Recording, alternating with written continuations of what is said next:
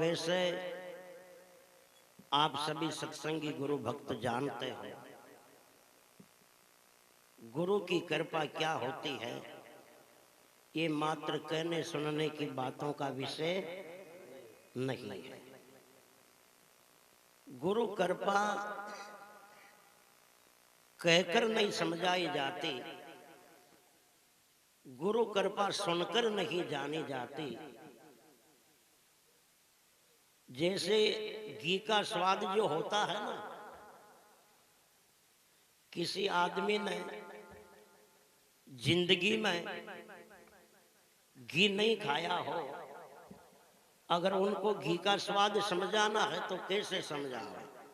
घी को आंखों से दिखाकर या घी को नाक से सूंघाकर या घी को हाथ में हथेली में रखकर अगर किसी को घी का स्वाद समझाना है तो एक ही तरीका है कि भी बंदारी रोटी चौपड़नी पड़ेगी, बिना घी खिलानो ही पड़े लो, क्योंकि घी खाए बिना घी का स्वाद समझा नहीं जाता। यही प्रत्यक्ष है, गुरु भक्त बने बिना गुरु भक्ति गुरु कृपा को भी जीवन में समझा नहीं जाता। गुरु भक्त बने बिना गुरु कृपा को भी जीवन में समझा नहीं जाता। इसलिए सच्चा गुरु भक्त, सच्चा श्रद्धावान, सच्चा जिज्ञासु ही गुरु कृपा को जानता है कि गुरु कृपा क्या चीज होती है। हमने रज्जब वाणी में एक प्रसंग पढ़ा था कि एक कुंज नाम का पक्षी होता है, सर्दी के दिनों में हिमालय की तरफ अंडे देकर और वो मारवाड़ में आ जाता है। मारवाड़ में बैठता है, चुगता है, पर अपनी दृष्टि अंडों से मिलाकर रखता है। जो जो अंडे उन पक्षी की दृष्टि के सामने रहते हैं उसी में ही बच्चा पैदा होता है, बाकी को खराब होना पड़ता है। ऐसे ही, इसलिए तो संतों ने ऐसे ही थोड़ी कह दिया, गुरु मूर्ति मुख चंद्रमा सेवक नैन चकोर, अष्ट पैर निरकत रहूं गुरु चरणन की और। 8 पैर का 24 घंटा ला, एक पैर हुए 3 घंटा रही, तो फिर 8 पैर हुई 24 घंटा रही। 24 घंटा अपने मन वृत्ति को एक ध्यान जो है, भाव जो है, आकर्षण जो है, लगन जो है, गुरुदेव की तरफ से हटे नहीं। संत शास्त्र तो 24 घंटे के लिए कह रहे, घना बंदा न तो अरे महीना 6 महीना में गुरुजी याद ना आए, घना न तो महीना 6 महीना में गुरुजी याद ना आवे, घना ना आवे तो मजबूरी में आवे, घना न तो घंटा 2-2 घंटा ही बैठ भाव सु सुनबो ही ना आवे। घना तो यान सोचता रहे मारा बेटा की न आज तो भजना की तो कमी सुनबा की तान बैठती दी के, ये तो आज तो पूरी रात ये बातें ही बातें सुनाई है।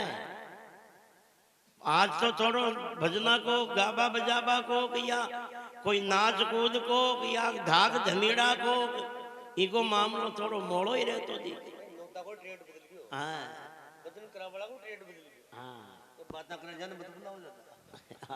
भजन गाओ जे नहीं बुलाओ,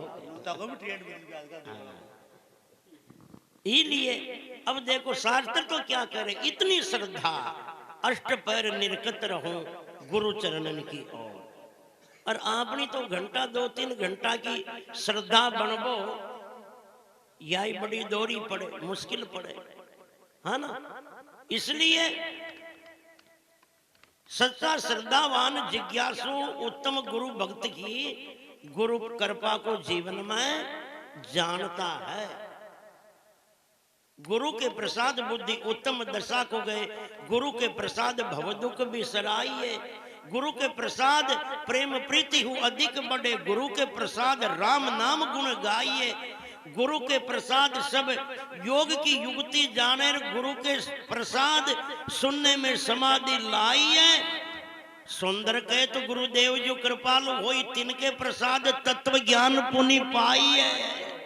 जीवन में कुछ भी संभव है तो केवल गुरु की कृपा से संभव है। अरे बिना ड्राइवर के, बिना उस्ताद के तो रोड में गाड़ी को ठीक से चलाना ही नहीं सीखा जाता भाई। अरे लौकिक दुर्घटना से ही नहीं बचा जाता बिना ड्राइवर, बिना उस्ताद की सलाह के। तो इस जीवन गाड़ी को एक सफलता के सफर में पहुंचाने के लिए इन संत रूपी उस्तादों के बिना, गुरु रूपी ड्राइवरों की सलाह निर्देश विधि विधान के बिना इस जीवन की यात्रा को सफल कर सके, ऐसा कभी संभव ही नहीं है। मेरे गुरुदेव की निहाल हो गया। अरे कृपा तो बड़ी दूर की बात है, बड़ी अनुपम है, बड़ी अजब है, बड़ी गजब है, बड़ी अद्भुत है, बड़ी दिव्य है। अरे गुरु कृपा अनिर्वचनीय है, जिसका बखान नहीं किया जा सके। मगर और तो और गुरु का एक शब्द भी जिसके हृदय में उतर जाता है, उस प्राणी के जीवन की दिशा और दशा दोनों ही बदल जाता है। दिशा और दशा दोनों ही बदल जाता है। एक शब्द भी, महाराज संतदास जी की वाणी कहती है, एक शब्द गुरुदेव का जो कोई लेवे मान, तो सहज होता है संतदास, अरे मुश्किल से आसान। जीवन की विकट से विकट, जटिल से जटिल, गहन से गहन समस्याओं को ये महापुरुषों का एक शब्द भी आसानी से, अनायास, सहजता से ही सुलझा जाता है, समाधान कर जाता है। देखो गुरुदेव के शब्द की महत्वता, महत्वाकांक्षा। एक महात्मा यान सत्संग करवा आता, देखो दिशा और दशा कैसे बदलती है। महात्मा सत्संग करवा आता, गांव बस्ती का लोग सत्संग सुनवा आता। महात्मा बार बार सत्संग में एक बात कहता, अरे कहते भजना में तो गणा आओ, अरे सत्संग भी गणी सुनो। महात्मा नहीं गणा बुलाओ, पण अरे कहीं न कहीं नीम तो पकड़ो रे, नीम तो सत्संगा तो घड़ी सुनो पर कहीं नीम तो पकड़ो।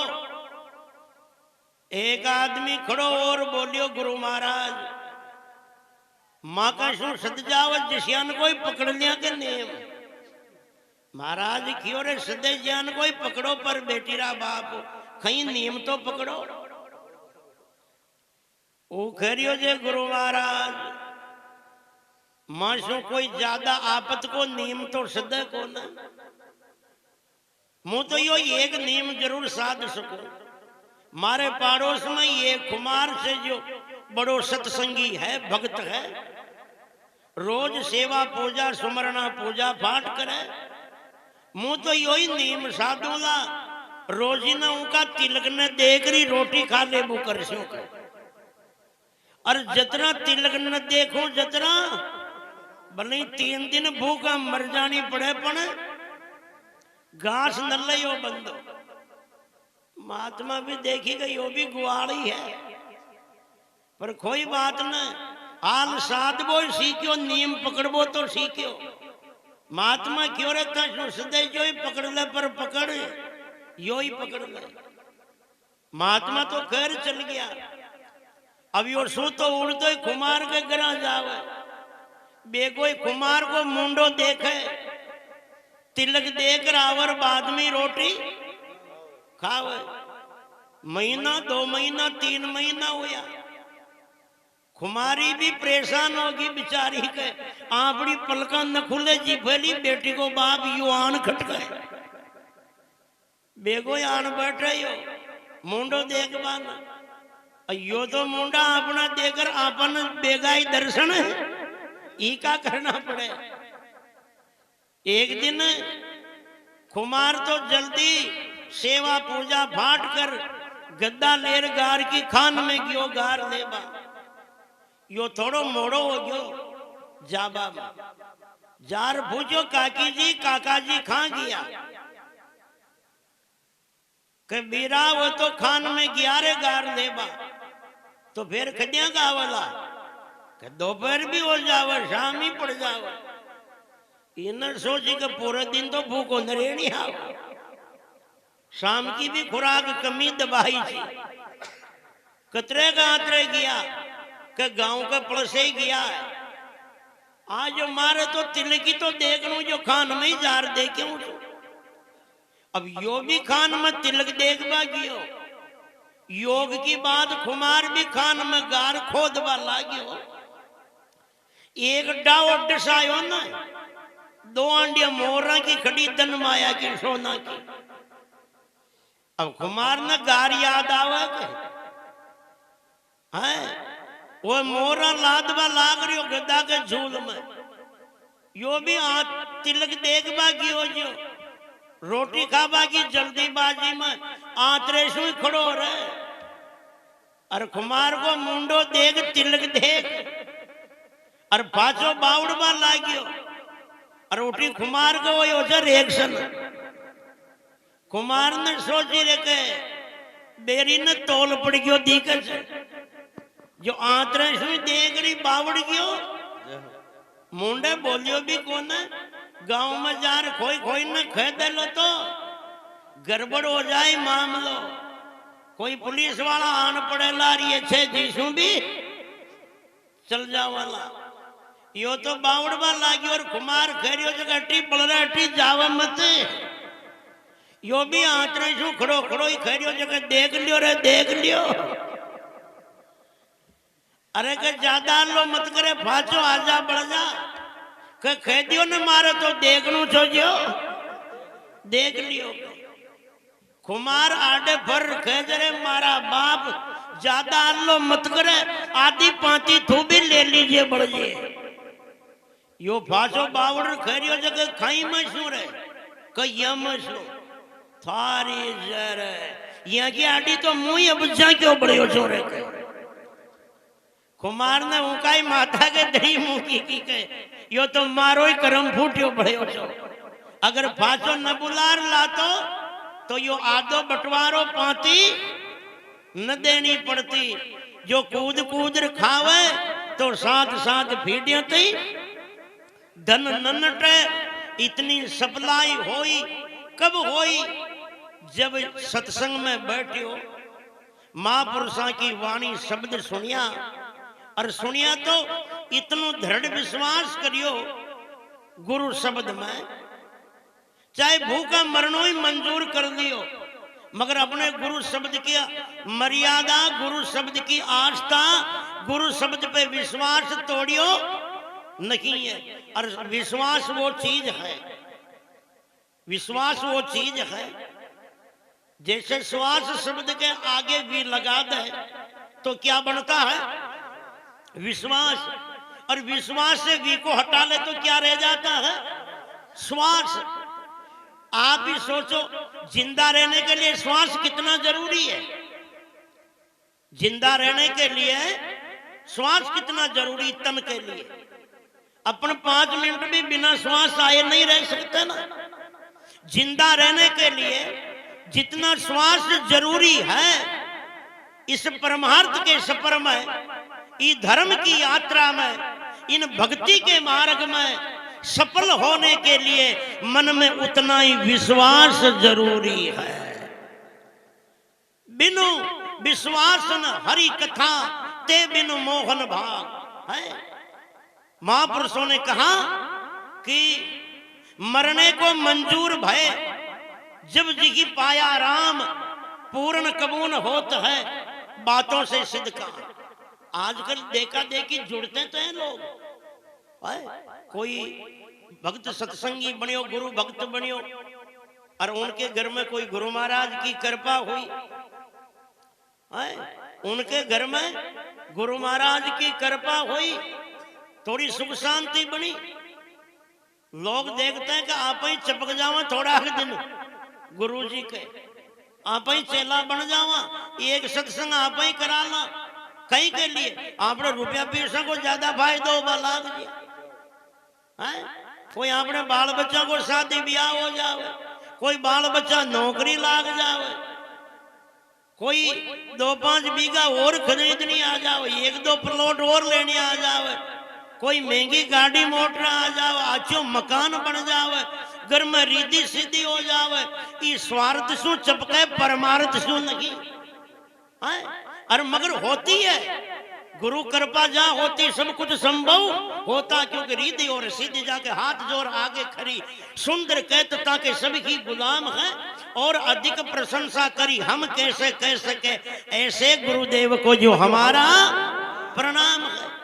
मगर वो आस्था से नहीं चिपकते, स्वार्थ से चिपकते, महीना 2-3-5-6 महीना अजमावे, और जो घर की खरबड़ाहट मिटे को न कहीं फायदो जीवन में एहसास होवे को न तो कहीं करे फाचा वही खरबड़ाहट में, वही लक्षणा में, वही खान पान में, वही आचार विचार में, फाचा वही दिशा में जा लुढ़ के, अरे आप तो यूं ही चिपकिया रहे इतना दिन गाटा मरिया 2-5-6 महीना है, आप तो फैली की तान मान में मौज थी आपने तो है, फ्रॉड हटाओ ई मामला नहीं, फाचा हुई लाइन में लागा आप तो, जो इसलिए बिगड़ जाता है मामला। अरे देखो सोने को, चांदी को, लोहे को जितना आग में तपाया जाता है, जितना ही उनका रूप निकलता है, और जितना रूप निकलता है उतनी ही उनकी कीमत बढ़ती है। अपने आप के जीवन को तपाना सीखो है, अपनी नैतिकता में, अपनी मानवता में, आचार विचार की पवित्रता में, गुण कर्म लक्षण चरित्र की श्रेष्ठता में, गुरु मर्यादा में, सत्संग में, परोपकार में, समाज सेवा में, धर्म के नाम, किसी दुखी अनाथ की सेवा के नाम, अरे अपने जीवन से स्वार्थ छोड़ना सीखो, कुछ त्याग करना सीखो। अरे इसी संघर्ष, इन्हीं समस्याओं से, परिस्थितियों से संघर्ष करने का नाम ही एक 8 साधन में तितिक्षा है, इसी का नाम तितिक्षा है, इसी को वास्तविक तप कहा जाता है। अरे थोड़े दिनों तप कर तो देखो, अरे गंदे नाडे खाडे के पानी को पवित्र होने के लिए भी सूरज की गर्मी को सहन करना पड़ता है। जो 3 की गर्मी सहन कर गया जीवन में, माता पिता की और गुरुजनों की और स्कूल में मास्टरों की, 3 की प्रताड़ना की, जो गर्मी को सहन कर गया वो जीवन में कुछ बने बिना रहता नहीं है, उसका जीवन बहुत पनपता है, उनके जीवन में सुख समृद्धि नाग रगड़ के आती है। इसलिए तो संतों ने कहा, एक कवि ने कहा, निगाह मर्दे आरब से बदल जाती है तकदीरें, निगाह मर्दे आरब से बदल जाती है तकदीरें, अगर विश्वास सच्चा हो तो कट जाती है जंजीरें, कजा को रोक लेती है दुआ रोशन जमीरों की, अरे भला मंजूर है अपना तो कर खातर फकीरों की, भला मंजूर है अपना तो कर खातर फकीरों की। इसलिए संतों के शब्द दिशा को बदलते हैं, और दिशा जिनकी बदलती है फिर दशा को तो बदलना ही नहीं पड़ता। अपनी जिंदगी की दशा को अपनी जीवन की दिशा ने तो खराब कर रखा है। जिनकी दिशा आउट है, जिनके खान पान गंदे हैं, जिनके आचार विचार अपवित्र है, जिनके जीवन में नीति नहीं है, ईमान नहीं है, धर्म नहीं है, समाज सेवा नहीं है, परोपकार नहीं है, मानवता के लक्षण नहीं है, जिनके खान पान गंदे हैं, अरे विचार करो, जिनके घर में 500 की 200 की कमाई नहीं, 300 का खर्चा है, 200 की कमाई नहीं और 300 का अपने बिगड़े हुए लक्षणों के कारण खर्चा है, तो फिर आखिर क्या होगा? है? एक कवि कहा करते थे कि कमाई कम और खर्चा ज्यादा करेगा, आखिर वो किसी का धन खा के मरेगा। कोई ना कोई की छाती कुटार जाए। कभी कभी हम कहा करते हैं धर्म की व्यवस्था को समझा ही नहीं लोगों ने। धर्म ये नहीं कहता ब्याज से रुपया निकलाओ सत्संग करो, ब्याज से रुपया निकलाओ और मंदिर बनाओ, ब्याज से रुपया निकलाओ और कोई धर्मशाला बनाओ, ब्याज से रुपये निकलाओ और या कोई किसी को दान करो। धर्म ये नहीं कहता। धर्म तो ये कहता ईमानी धंधा करो और पाप कपट कर दूर, 10वां हिस्सा दान कर और हो पैदा भरपूर, हो पैदा भरपूर, गरीबी पास न आवे, संतों का प्रमाण यूं गीता भरमावे। परमानंद सदग्रंथों में ऐसा लिखा जरूर, ईमानी धंधा करे और पाप कपट कर दूर। धंधा करे, ईमानी करे, नैतिकता का करे और सबसे मानवता रखे। और मैं तो ये कहता हूं हृदय में नीति रखो, हृदय में नीति रखो और तन को काम में रखो और अपने मन को इस आत्मा राम में रखो। बस इसी का नाम सत्संग, इसी का नाम भक्ति है, इसी का नाम ज्ञान है। कोई बड़ी जटिल समस्या है क्या? बड़ी अड़चन है क्या? है? कितना सरल सुगम साधन है। ये कौन कहता है कि तू धन की कमाई मत करे? थोड़ी आवाज कम। हाँ, भोले बाबा छंदावली ग्रंथ में लिखते हैं, ये कौन कहता है कि तू धन की कमाई मत करे, खेती न कर, व्यापार न कर, सेविकाई मत करे, उद्यम बिना इस देह का कैसे निर्वाह होई रे, धन भी कमा दानादि कर, फिर नहीं कभी तू रोई रे। ये कौन कहता है कि तू मतदार से संबंध कर? दार कहते हैं औरत को, संबंध कहते हैं रिश्ते को। ये कोई नहीं कहता कि तू अकेला फक्र बन के भाग जा, बाल बच्चों को छोड़ जा या घर परिवार गांव को छोड़ जा। अरे फक्र बन के भागने वाला, जंगलों में तपने वाला तो हो सके खुद का कल्याण भी करे तो करे, वरना वह भी मामला गड़बड़ रह जाए। मगर जो गृहस्थ में रहकर, परिवार में रहकर स्वयं को भी, खुद भी सत्संग करता है, परिवार को भी सत्संग देता है, उन रिश्ते से जितना रिश्ता जुड़ा है वो संस्कार विचार कितने रिश्तों में पहुंचते हैं, कितनी जिंदगियां बदलती है। इसलिए कहा ये कौन कहता है तू मतदार से संबंध कर, सुरती कह रही भी स्पष्ट है, मत तंतु का विच्छेद कर, पर आसक्त मत हो नार में, उत्पन्न शुभ संतान कर, ईश्वर भजन सिखलाई उनको तेरा भी कल्याण कर, ईश्वर भजन सिखलाई उनको, अरे बंदे तेरा भी कल्याण कर। इसलिए कहा रहो इसी में। अरे भाई घर में है और घर में रहते भी उसका मन सत्संग में है तो घर में नहीं है, और कोई जंगल में है और फिर भी उनको सपने गांव के आ रहे हैं तो वो जंगल में भी नहीं है। महात्मा रज्जब कहते हैं नर नारी रोटी दुपड़ और ज्ञान घीवता माई, रज्जब सीजे एकटे और तो भी चिपके नाई।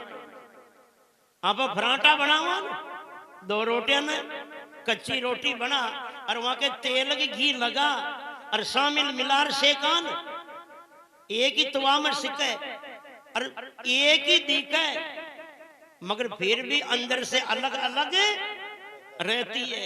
एक दिखते हुए भी अलग अलग रहती है। जटवाने न्यारी न्यारी करे अलग अलग हो जावे। अरे साधारण भाषा में समझो तो इसी का नाम फकीरी है, इसी का नाम वैराग है। पूर्ण ब्रह्म पिछाने पीछे, घर में रो चाहे वन में, उनके दोनों एक बराबर, और भक्त रहे चाहे जन में, जिसने जाना ब्रह्म को तन में वो अलमस्त रहे नित मन में। इसलिए कहा कृपा मेरे गुरुदेव की निहाल हो गया, हूं परमानंद में समझ बिना कंगाल हो गया। विचार सागरकार लिखता है जीव को स्वरूप अति आनंद कहे वेद, ताको सुख प्राप्ति को असंभव बकानिए, आगे जो अप्राप्त वस्तु ताकि प्राप्ति संबद्ध नित्य वस्तु प्राप्त की तो प्राप्ति किम मानिए। ऐसी शंका लेस होई कीजे ने विश्वास हानि गुरु के प्रसाद से कुत्रक भले भानिए। कर को कंगन खोयो ऐसो भ्रम भयो जी। अरे ज्ञान से मिलत इम प्राप्ति की भी प्राप्ति मानिए। एक वेदांत का सिद्धांत है, नित्य निवृत्त की निवृत्ति और नित्य प्राप्ति की प्राप्ति। जैसे एक औरत जो थी पनघट पे स्नान कर रही थी, उनके गले में जो सोने का हार था उन्हें पहन तो लिया पर वो आगे लटकने के बजाय पीछे लटक गया कपड़ों में। अब उनको एकदम हार नजर नहीं आया, बड़ा हार महंगा था और वो बेचारी बड़ी दुखी हुई, रो रही है, मारो हार गम गयो, हार गम गयो। प्रगट पे ढूंढती है, औरता ने पूछो कि थारे बाद में कोई आयो ही कौन, कोई और औरत आई कौन। जब वह दुखी हो गई हेर कर, किसी औरत ने कहा कि कपड़ा ने नीका टटोर देख, हो सके थारा कपड़ा में इधर उधर तो न छुप रही हो। जो ही एक औरत की नजर पड़ी क्यों है, हार तो थारे मोर, अरे मिलियो कहीं तो कभी गुमियो ही नहीं छो। जो खोया है उसको पाना है, जो खोया ही नहीं उसको पाना भी कहां पर। और जो खोई हुई वस्तु हमेशा दूर होती है, खोई हुई वस्तु हमेशा दूर होती है। अगर अपन परमात्मा को पाने के लिए कहें तो इसका मतलब परमात्मा खो गया, सिद्ध तो ये होता ना, क्यों बंसी जी। परमात्मा को पाना कहे इसका मतलब परमात्मा खो गया, और खो गया तो इसका मतलब वो दूर है। तो दूर है तो कितना दूर है। शास्त्रों में कहीं किसी के पढ़ने में आया कि भगवान कितने दूर है, 1 फुट दूर है, 1 किलोमीटर दूर है, हजारों किलोमीटर दूर है, ऐसा तो कहीं सुनने में नहीं आया। संतों ने तो डायरेक्ट कहा है कि तत्वमसि तू ही ब्रह्म है, अयम आत्मा ब्रह्म, ये आत्मा ही ब्रह्म है, प्रज्ञानमानंदम ब्रह्म, ये चैतन्य स्वरूप जो है जीवात्मा है यही ब्रह्म स्वरूप है। और जब निश्चय हुआ गुरु भक्त को तो ब्रह्म ज्ञान की दहाड़ में दहाड़ चुका, अहम ब्रह्मास्मि, मैं ही ब्रह्म हूं। तो जब वो आत्मा ही परमात्मा है, आत्मा ही परमात्मा है, तो आत्मा क्या है, आत्मा क्या है, हम आत्मा क्या है। तेन श्रुतम श्रवणादिदम जिग्रतिन व्याकरोति च स्वाद अस्वादु विज्ञानाति तत् प्रज्ञानम मुद्रियतम। जिनकी सत्ता रहते हुए आंखें देख रही है, कान शब्द सुन रहे हैं, जीव रस को जान रही है, मुख से आवाज निकल रही है, शरीर की हलन चलन क्रिया हो रही है, प्राणों का संचार हो रहा है, उन चैतन्य सत्ता का नाम ही आत्मा है। और उस आत्मा के निर्मल शुद्ध स्वरूप व्यापक स्वरूप का नाम ही परमात्मा है। तो जब आत्मा ही परमात्मा है तो हम आत्मा है, तो फिर परमात्मा दूर कहां रहा, और दूर नहीं रहा तो फिर खोजना भी कहां रहा। इसलिए तो कबीर ने कहा है, पाया तिन गाया नहीं, अन गाये ते दूर, पाया गाया कुछ नहीं, और तिनके सदा हजूर है। इसलिए कहा है संतों ने, हूं परमानंद में समझ बिना कंगाल हो गया। जैसे कोई राजा का राजकुमार बचपने में कहीं बिछुड़ गया ना, तो वो उनको पता नहीं रहा कि भाई मैं राजा का राजकुमार हूँ, राज जागीरी का मालिक हूँ। वो दीनहीन गरीब लाचार बन करके कहीं मजदूरी करता, कहीं भिक्षा मांगता है, अरे गरीब बन करके जी रहा है। एक दिन खोजते खोजते उनका पता पूछते पूछते, जैसे उन लोगों ने कहा, रे तू कोई साधारण घर में पैदा हुआ आदमी नहीं है, तू तो फलाने राजा का राजकुमार है। जैसे उनको ये पता पड़ा कि मैं तो राजा का राजकुमार हूँ, उनके दिल दिमाग से गरीबी जाने में 1 मिनट भी नहीं लगा कि मैं बहुत बड़ी विरासत का मालिक हूँ। उन दीनपने कोई जीव भाव कहाँ है, और उस राजापने को ही ब्रह्म भाव कहा, ईश्वर भाव कहा है। मिटी दीनता मेरा मुझे अब ख्याल हो गया, कृपा मेरे गुरुदेव की जो निहाल हो गया। जीव भाव लघुता तज अब ब्रह्म विशाल हो गया है। अनंत अनादि नित्य हो आप अकाल हो गया, कृपा मेरे गुरुदेव की जो निहाल हो गया। काल और अकाल, काल कहते समय को। काल होता तीन प्रकार से, भूतकाल, भविष्य काल और वर्तमान काल। जो गुजरा भूतकाल, जो चल रहा है वर्तमान, आएगा जो भविष्य काल। संसार की जितनी चीजें हैं ये तीनों कालों के अंदर है, समय के अधीन है।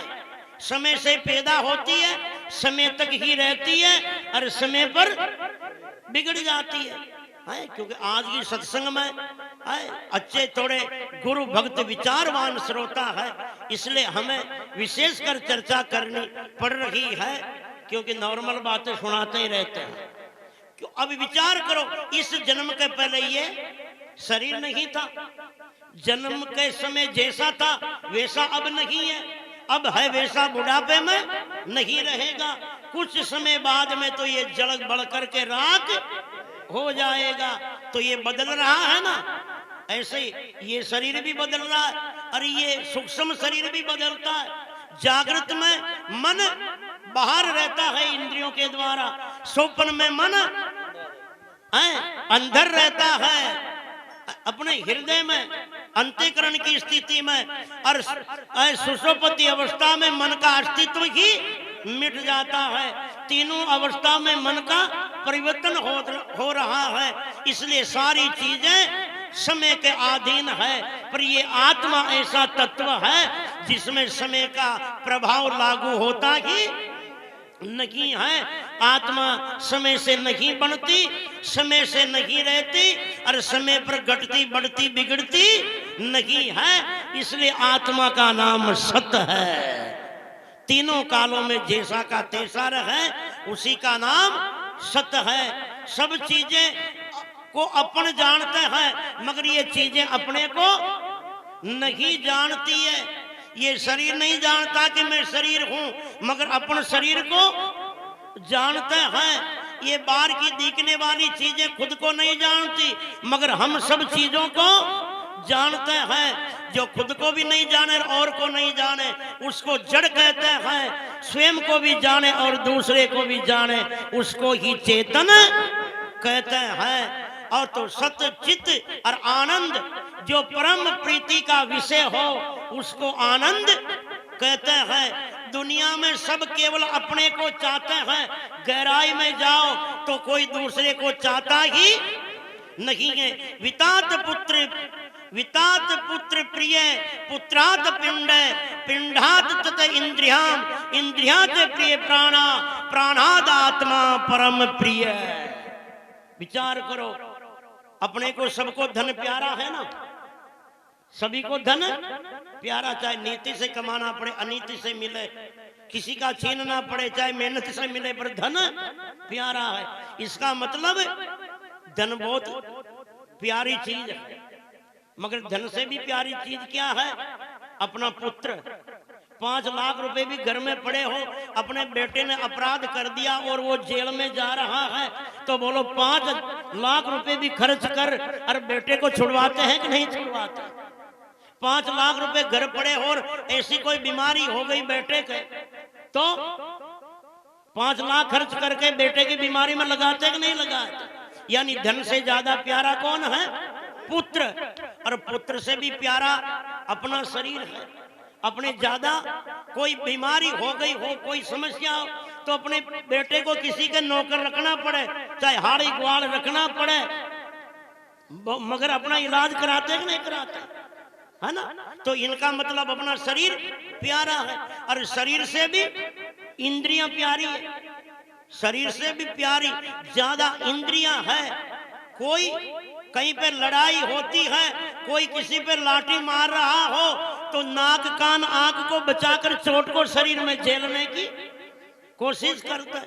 कहीं पे कोई चोर डाकू लुटेरे मिल गए अगर वो उनको मार रहा है तो वो कह देता मेरा पांव काट दो, हाथ काट दो, आंख फोड़ दो, मगर हमको हमारा प्राण मत लो। इसका मतलब इंद्रियों से भी प्यारा प्राण है, और प्राणों से भी ज्यादा प्यारा कौन है, ध्यान देना। जब कोई बीमारी से परेशान होता होता दुखी हो जाता है ना, तो आखिरी में उनकी आवाज क्या निकलती है, हे भगवान अब तो यो प्राण निकल जावे तो बढ़िया रहे, यो प्राण भी है। इसलिए पिंड दाता, पिंड मुक्ति सब गुरु मिले, और प्राण मुक्ति करण कोई है। दादू प्राण की मुक्ति करे और पूरा सतगुरु सो है। अरे पिंडे की मुक्ति करा वाला तो ये मायने करा वाला, रात का काम करा वाला, मरिया बाद 2-3 दिन बाद मुक्तियां करा वाला गणा है। हरिद्वार में पिंड प्रदान करा वाला, मगर गुरु तो वही है जो प्राणों से ही मुक्ति कर देता है। जिनकी प्राणों से मुक्ति हो जाती है फिर वो आवागमन में लौटता ही नहीं है। इसलिए कहा है सतगुरु ने, ये जंजाल कभी मिटेगा, इनकी एक ही दवाई है, अजब ब्रह्म ज्ञान की घूंटी सत्संग में संत पिलाते हैं। इनकी तो गुटकी एक है जिसका नाम ब्रह्म ज्ञान है। ब्रह्म ज्ञान से दूर सकल ब्रह्म जाल हो गया, ब्रह्म ज्ञान से दूर सकल ब्रह्म जाल हो गया। आवागमन चबखानी केद से बहाल हो गया, कृपा मेरे गुरुदेव की जो निहाल हो गया। गुरु चेतन भारती दाता दीन दयाल हो गया, हुई रहमत भारती पूर्ण माला माल हो गया, कृपा मेरे गुरुदेव की निहाल हो गया। बोलो सदगुरुदेव भगवान की जय हो, त्रिकाल के सभी महापुरुषों की जय हो। अरे भाई आप बातों राजी तो हो कि ध्यान सोच लिया कि भाई भजन कम सुना रिया। हाँ